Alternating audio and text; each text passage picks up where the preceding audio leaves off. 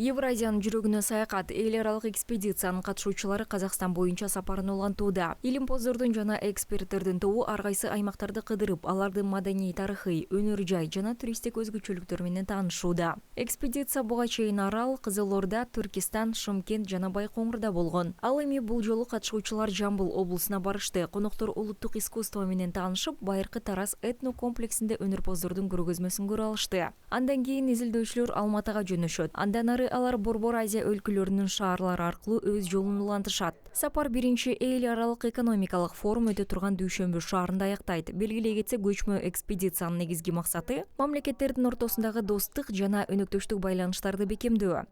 Мы уже проделали путь. Биз Москвадан бери 4000 чакырымдан ашык жолду басып өттүк. Жалпысынан маршрут 51 күндүн ичинде 8000 километрден ашыкты түзөт. Бул экспедицияга 5 өлкөнүн блогерлери катышууда. И в ходе этого участвуют в этой экспедиции блогеры из 5 стран.